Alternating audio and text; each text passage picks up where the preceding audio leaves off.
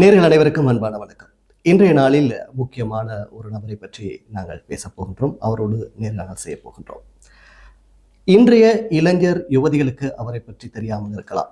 ஆனால் 1970களில் அவர் மிகவும் பிரபல்யமானவர். யாவரும் அறிந்த ஒருவர், லாயனல் போபகே. ஐபான் ஒபந்துமாகி பிளாஸ்டிக் 1970களில் மக்கள் விடுதலை முன்னணி, அதாவது ஜேவிபியில் நீங்கள் நன்கு அறியப்பட்ட ஒருவர். அப்போதைய கிளர்ச்சியில் முன்னின்று செயற்பட்ட நீங்கள் 1983 அந்த அமைப்பிலிருந்து உத்தியோகபூர்வமாக விலகுகிறீர்கள். அப்போது உங்களது மனநிலை எப்படி இருந்தது?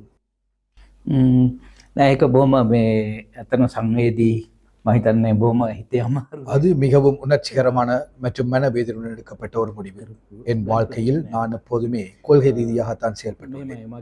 கொள்கைகளுக்கு முரணான விடயங்களை என் மனசாட்சி ஏற்காது. அந்த சூழலில் தான் நான் விலகினேன்.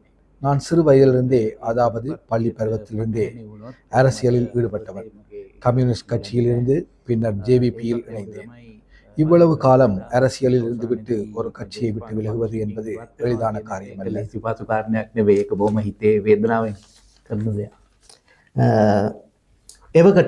அப்போதைய ஜேவிபி, அதாவது மக்கள் விடுதலை முன்னணி, தற்போது ஆட்சி அரியணையில் இருக்கிறது. எப்படி இருக்கிறது உங்கள் உணர்வு? நாங்கள் எதிர்பார்த்த மாற்றம் நாம் எதிர்பார்த்த அந்த மட்டத்தில் இல்லாவிட்டாலும் ஏதோ ஒரு வகையில் ஏற்பட்டிருப்பதில் மகிழ்ச்சி அடைகின்றேன். இந்த அரசாங்கம் மக்களின் கனவுகளை நினைவாக்கும் என்று எதிர்பார்க்கின்றோம். ஆனால் எதையும் உடனடியாக செய்துவிட முடியாது. அரசாங்கத்தில் அங்கம் வகிக்காத எங்களால் வெளியில் நிறையவற்றை கூற முடியும், விமர்சிக்கவும் முடியும். அது எளிது. ஆனால் அரசாங்கத்திற்கு எதிர்பாராத பிரச்சனைகள் வரலாம். இப்படியான நடைமுறை சவால்கள் பல உள்ளன. ஊழலை ஒழிப்போம், சட்டத்தின் ஆட்சியை நிலைநாட்டுவோம் என மக்களுக்கு பல வாக்குறுதிகளை வழங்கியே இவர்கள் ஆட்சிக்கு வந்தார்கள். சோசியலிசம் பற்றி பேசி இவர்கள் ஆட்சிக்கு வரவில்லை. ஆனால் நாங்கள் அன்றிலிருந்தே சோசியலிசம் பற்றி பேசி வந்தோம். அது அவசியம் என்பதையும் வலியுறுத்தி வந்தோம். எனவே இந்த அரசாங்கத்திற்கு ஊழலை ஒழித்து சட்டத்தின் ஆட்சியை நிலைநாட்ட வேண்டிய பொறுப்பு உண்டு. அதனை சரியாக செய்து முன்னோக்கி செல்லும் போது நாங்கள் எதிர்பார்த்ததை நோக்கி செல்லலாம். ஆனால் நம்மால் அதனை உடனடியாக எதிர்பார்க்க முடியாது. முந்தைய அரசாங்கங்களுடன் ஒப்பிடும் போது இந்த அரசாங்கம் சிறந்தது என்று நினைக்கின்றேன். ஊழல் மற்றும் போதைப் பொருள் ஒழிப்பு நடவடிக்கைகளை எடுக்கிறார்கள். சட்டத்தின் ஆட்சியை நிலைநாட்டுவதற்கான முயற்சிகளை மேற்கொள்கின்றார்கள். பொருளாதார ரீதியாக மோசமான நிலையில் இருந்த நாடு இப்போது சற்று முன்னேறியுள்ளது. எனினும் எதிர்பாராத பிரச்சனைகளை பலவற்றை அரசாங்கம் எதிர்நோக்க வேண்டிய சூழலுக்கு தள்ளப்பட்டுள்ளது. குறிப்பாக டித்வா பேரழுத்தம் மற்றும் சர்வதேச போர் சூழல் போன்ற பிரச்சனைகளையும் அரசாங்கம் எதிர்கொள்ள வேண்டியுள்ளது. மக்களின் வாழ்க்கை செலவு அதிகரித்துள்ளது, வருமானம் போதாதுள்ளது, விலைவாசிகள் அதிகரித்துள்ளன. இதனால் மக்கள் கஷ்டப்படுகின்றார்கள் என்பதை நான் அறிவேன். ஆனால் காலப்போக்கில் இது சீராகும் என்று நான் நம்புகிறேன்.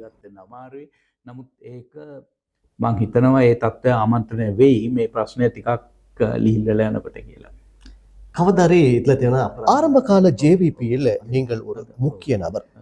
கிளர்ச்சி காலங்களில் முன்னணியில் இருந்துள்ளீர்கள்.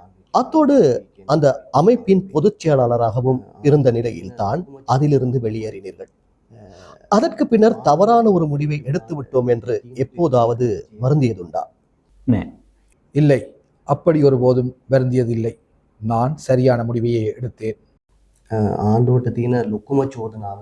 அரசாங்கத்தின் பல முடிவுகள் பலவத்த அலுவலகத்தில் அல்லது நிழல் அரசியல்வாதிகளால் எடுக்கப்படுவதாக குற்றச்சாட்டுகள் முன்வைக்கப்படுகின்றன. குறிப்பாக முக்கிய முடிவுகள் எடுப்பதில் டில்வின் சில்வா போன்றவர்களின் ஆதிக்கம் அதிகமாக இருப்பதாக கூறப்படுகிறது. இதில் பல பக்கங்கள் உள்ளன. பொதுவாக நமது அரசியல் கலாச்சாரத்தில் கட்சியின் முடிவுகளே நடைமுறைப்படுத்தப்படுகின்றன. ஜேவிபியால் வழிநடத்தப்படும் இந்த அரசாங்கத்தில் கட்சியின் கொள்கைகளே பிரதிபலிக்கின்றன. இதை நான் தவறாக பார்க்கவில்லை. தேசிய மக்கள் சக்தி அரசாங்கத்துக்கு தலைமை தாங்கியது ஜேவிபியே. எனவே அவர்கள்தான் முடிவெடுப்பார்கள். ஆனால் இந்த அரசாங்கத்திடம் நான் காணும் மிகப்பெரிய குறைபாடு என்னவென்றால், மக்களுடன் எவ்வித கலந்துரையாடலும் இல்லாமல் முடிவுகள் எடுக்கப்படுவது. எதையும் செய்யும் முன் மக்களுக்கு அதை தெளிவுபடுத்த வேண்டும். ஒரு விடயத்தை செய்வதாயின் எப்போது செய்ய போகின்றோம், எதற்காக செய்ய போகின்றோம் என தெளிவுபடுத்த வேண்டும். ඒ සඳහා මොන විදිය වැඩපිළිවෙලක් ආණ්ඩුව ආර්ථික වශයෙන් අනුගමනය කරනවද කියන එක තවම පැහැදිලි නෑ. අනික තමයි ජනතා විමුක්ති பெரமுன විපක්ෂ ඉන්න කාලේ தற்போதைய அரசாங்கம் எதிர்க்கட்சி வரிசையில் இருந்தபோது மாகாண சபை தேர்தல் மற்றும் உள்ளூராட்சி சபை தேர்தல்கள் தாமதப்படுத்தப்படுவதாகவும் தேர்தல்களை உரிய நேரத்தில் வைக்குமாறும் அப்போதைய அரசாங்கத்திற்கு அழுத்தம் கொடுத்து வந்தது. அது மாத்திரமல்லாமல் கடுமையான விமர்சனங்களையும் முன்வைத்தது. ஆனால் மாகாண சபை தேர்தலை இவர்களும் தாமதப்படுத்தியே வருகின்றார்கள். அது பற்றி உங்களுடைய கருத்து என்ன? මම දකින්නේ ඕකට බලපාන මේ ප්‍රධාන කාරණය දේශපාලන. இதில் தாக்கம் செலுத்தும் பிரதான காரணி அரசியல் தான். 1987 இருந்தே மக்கள் விடுதலை முன்னணியினர் இந்திய இலங்கை ஒப்பந்தத்தையும் மாகாண சபைகளையும் எதிர்த்து வந்தனர். அதற்கு பின்னர் மாகாண சபை தேர்தல்களில் போட்டியிட்டார்கள். தமது உறுப்பினர்களை சபைக்கு அனுப்பி அதனூடாகவும் தமது அரசியல் செயற்பாடுகளை முன்னெடுத்து வந்தார்கள். அவர்கள் நாட்டின் தேசிய இன பிரச்சனையை ஒரு பொருளாதார பிரச்சனையாகவே பார்க்கிறார்கள். ஆனால் அது பொருளாதார பிரச்சனை மட்டுமல்ல, அது மக்களின் அடையாளம் மற்றும் கௌரவம் சார்ந்த பிரச்சனை. வடக்கு கிழக்கு மக்கள் தங்கள் மொழியில் நிர்வாகம் செய்யவும் தங்கள் எதிர்காலத்தை தீர்மானிக்கவும் உரிமை உண்டு. அவர்களுடைய உரிமைகளை வழங்கும் வரை அந்த பிரச்சனை தீரப்போவதில்லை. சிலர் நினைக்கின்றார்கள், பொருளாதார ரீதியாக சகல மாகாணங்களையும் மேம்படுத்தினால் எல்லா பிரச்சனைகளும் தீர்ந்துவிடும் என்று. ஆனால் அது அப்படியல்ல.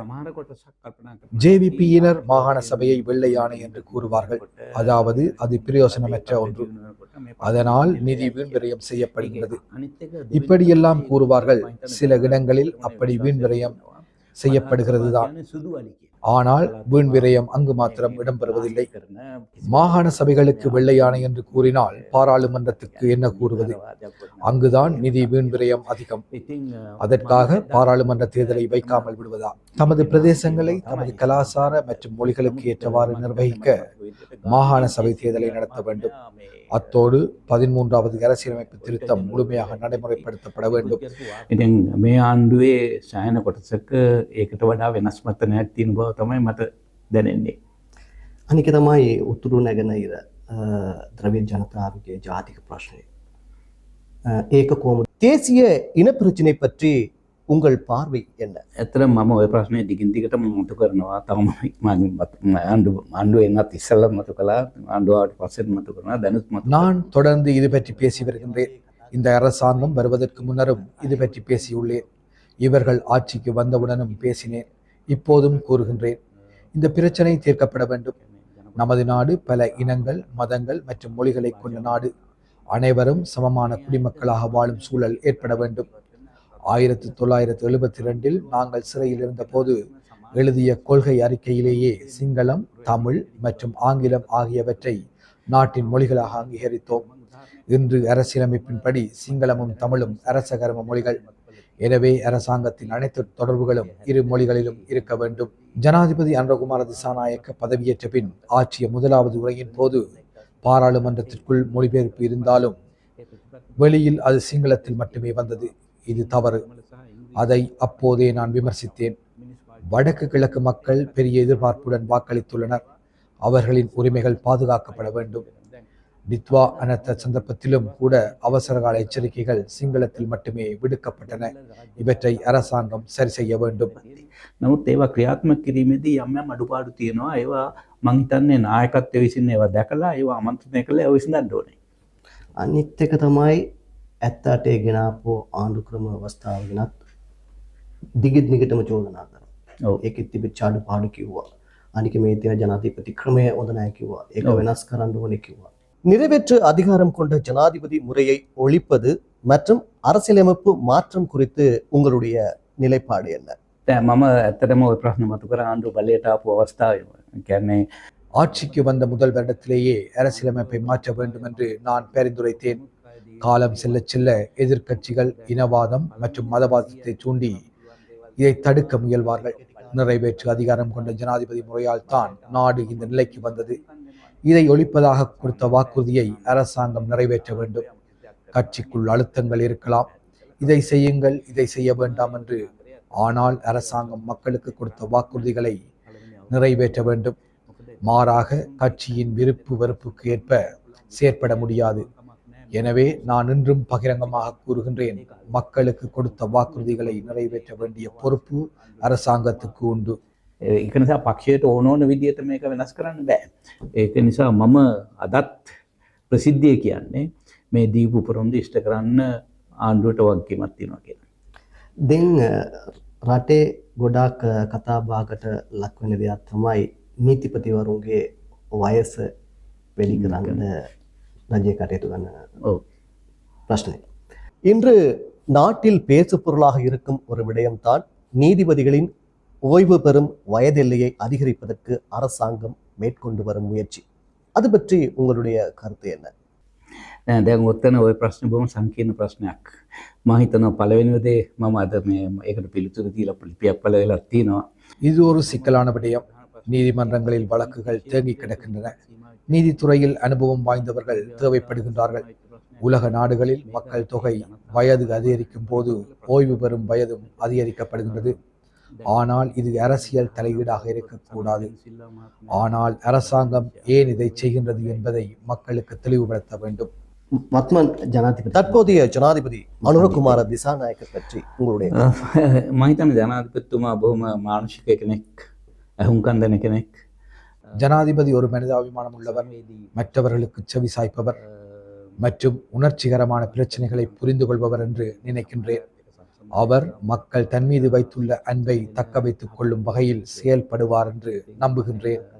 ඉතින් ඒ ආදරය දිගටම පවත්වාගෙන යයි කියලා තමයි කල්පනා කරන්න ඕනේ. ඒකට අවශ්‍ය විදිහට කටයුතු කරයි කියලා. லைனல் போபகே அவர்கள் எங்களுடைய கலையத்துக்கு வந்து அவருடைய பெருமதியான நேரத்தை எங்களோடு பகிர்ந்து கொண்டமைக்காக அவருக்கு மனமார்ந்த நன்றி. மற்றும் ஒரு நிகழ்ச்சி உங்கள் அனைவரையும் சந்திக்கும் வரை நன்றி, வணக்கம்.